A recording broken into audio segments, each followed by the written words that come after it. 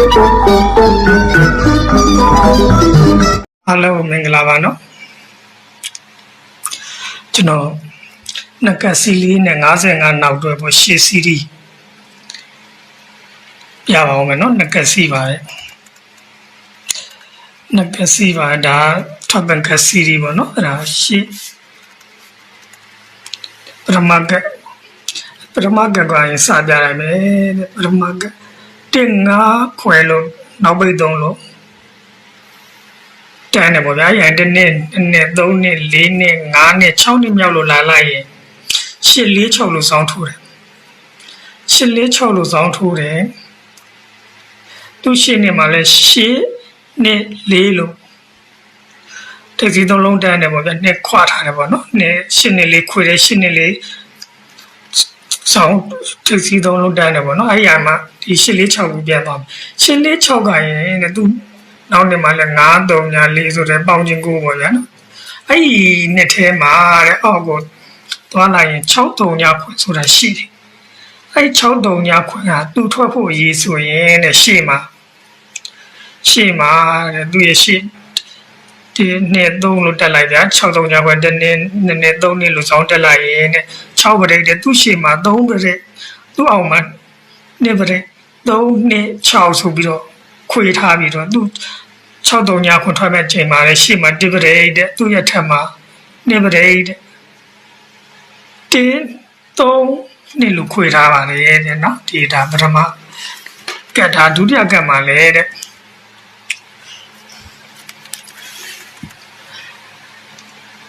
5ခွဲလို့နောက်ပိတ်3လို့တန်းခဲ့တယ်သူက1နှစ်2နှစ်3နှစ်4နှစ်5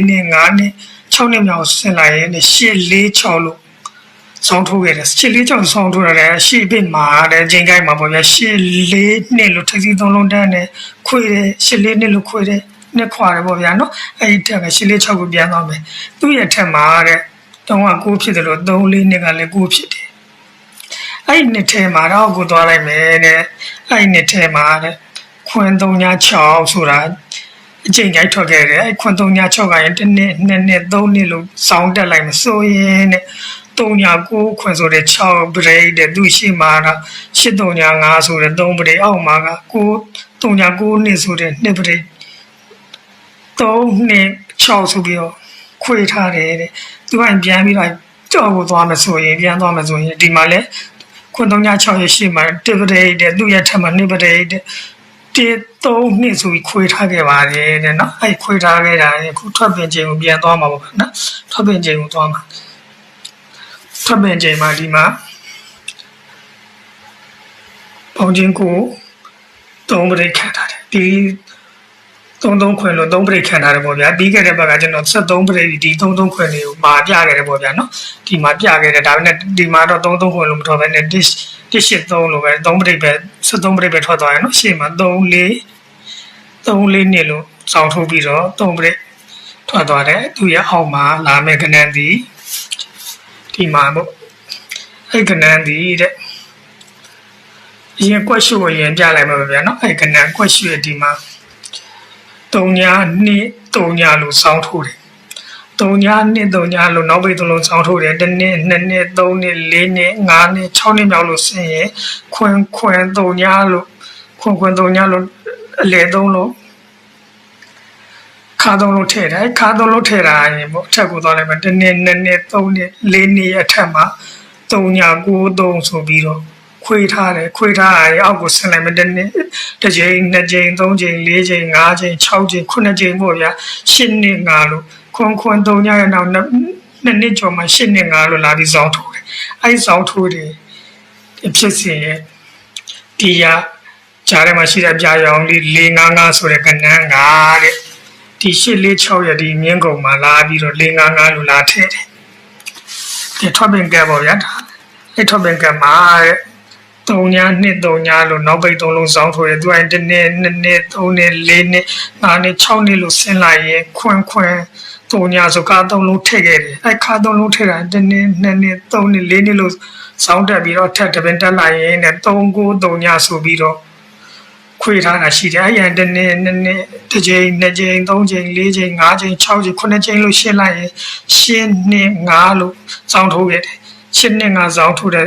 ရှေ့မှာလည်းခွန်ခွန်း3ညရဲ့နှစ်ပင်ကျော်ရှစ်နှစ်ငါလို့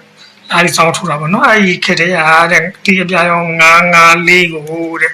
ဒီထွက်ပင်မှာတဲ့လာပြီးတော့954 455လို့လာထည့်ချင်တာပေါ့နော်ဒါ455လို့ရွေးလိုက်တာပေါ့နော်ဒါနဲ့ရှေ့ကခါစီရီဆိုတာပို့စိတ်ချတယ်ပေါ့နော်အဲ့မှာ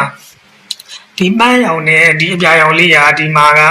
ပန်းရောင်ရဲ့အထက်ကိုနှစ်ပင်မြောက်ရောက်တယ်နော်ဒီငါလေးကဒီပထမကံမှာကျတော့ဒီပန်းရောင်ရဲ့အထက်ကိုတစ်ချိန်ပဲရောက်တယ်နော်အဲ့ဒီမှာတဲ့455လို့ဒီနားလေးမှာတော့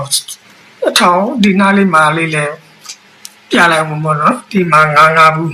ဘာကြောင့်လာပြီးတော့55ဘူးယူတော့ဆိုတော့ဒီမှာပေါင်းချင်းလေးပေါ့နော်4နှစ်5ဆိုပြီးတော့ပုံစံတူပေါ့ဗျာ4နှစ်5ဆိုပြီးတော့1လို့ထည့်တယ်လို့ဒီနောက်ပိတ်3လုံးကလည်း1 4လို့1 4 5လို့10ထည့်တယ်ပေါ့နော်ဒီမှာ1ဒီမှာ10အဲ့မှာဒီမှာလည်း4နှစ်5လို့1လို့ပေါင်းရင်ထည့်မယ်ဒီနောက်ပိတ်လည်း1 4 5 10လို့ပေါင်းရင်ထည့်မယ်ဆိုရင်55တော့အဲ့မှာပိုးရှင်းအောင်ပြောရမယ်ဆိုရင်ပိုးရှင်းအောင်ပြောရမယ်ဆို4 1တွဲ2 4တွဲ55တွဲပေါ့နော်ဒီမှာ4 1တွဲ2 4တွဲဒီမှာ55နဲ့လာထည့်ရမှာပေါ့ဗျာနော်အဲ့ဒီမှာပိုးပြီးတော့4နှစ်5လို့စောင်းထိုးပေါ့ဗျာ1 4 5လို့စောင်းထိုးပေါ့ဗျာပေါင်းချင်းမဟုတ်ပဲနဲ့ခဏန်းတူခဏန်းပေါ့4နှစ်5လို့စောင်းထိုးပေါ့ဗျာ1 4 5လို့စောင်းထိုးပြီးတော့ရှေ့ကိုစီရီပေါ့ဗျာနော်နောက်55လို့ရှေ့စီရီပေါ့နော်ခုဆုံးတော့တစ်လုံးနဲ့ရတော့ကွက်ရွှေ့တာတော့455ပေါ့နော်အားလုံးကဲပြန်ပြောလိုက်အောင်လားတင်9ခွင်ဆောင်ထိုးပါတယ်တင်9ခွင်ဆောင်ထိုးတင်9ခွင်နောက်ပိတ်သလုံးတိုင်းနဲ့တစ်ချိန်နှစ်ချိန်သုံးချိန်လေးချိန်တစ်နှစ်နှစ်နှစ်သုံးနှစ်လေးနှစ်ငါးနှစ်6နှစ်မြောက်မှာ8 4 6လို့လာပြီးတော့ဆောင်ထိုးရဆောင်ထိုးတာရဲ့နောက်နှစ်မှာ63ညခွင်လို့ချိန်ခိုင်းကြတယ်63ညခွင်ချိန်ခိုင်းကြတယ်သူ့ရဲ့နောက်နှစ်ပေါ့ဗျာအဲကြာပြီး8 4 6ကမြင်းကုန်မှာဒီ455ဟာတဲ့ဒီ8နှစ်ကခွင်3ညနှစ်3ညနှစ်တို့8နှစ်5တို့ဖြစ်စဉ်တွေရှိခဲ့တဲ့ဂျားတွေကဒီ55လေးဟာတဲ့ဒီ8 4 6ရဲ့နောက်မှာ455လာထွက်ပါတယ်တဲ့ဒီမှာလဲ5ခွင်8 4 6တဲ့အောက်မှာကခွင်3ည6လို့ထွက်ခဲ့တယ်သူ့ရဲ့မြင်းကုန်မှာတဲ့လာတဲ့ကနန်းစီတဲ့ဒီရလာတဲ့3ညနှစ်3ညခွင်3ည8နှစ်5တို့ဖြစ်စဉ်ရှိခဲ့တဲ့ဒီချားလေးက55လေးကိုဒီမှာ455လို့လာထည့်ပါတယ်တဲ့အဲ့ဒီမှာတဲ့ပေါင်းချင်းနမ်ထဲတော့နဲ့ဇောင်းထိုးတာလေးနဲ့ပဲထည့်လိုက်မယ်ဆို4 2 5လို့ဇောင်းထိုးမယ်ခါ3လုံးဒီမှာ4 2 5လို့လာပြီးတော့ခါ3လုံးဇောင်းထိုးလိုက်မယ်နောက်တစ်ခါနောက်ပိတ်3လုံးကိုလည်း1 4 5လို့ထပ်ပြီးတော့ဇောင်းထိုးလိုက်မယ်နောက်ပိတ်3လုံးထည့်လိုက်မယ်ဒီမှာလည်း1 4 5လို့နောက်ပိတ်3လုံးထည့်လိုက်မယ်အဲ့တော့ဆိုတော့55တွေကိုရှေ့စီရီပါတဲ့အားလုံး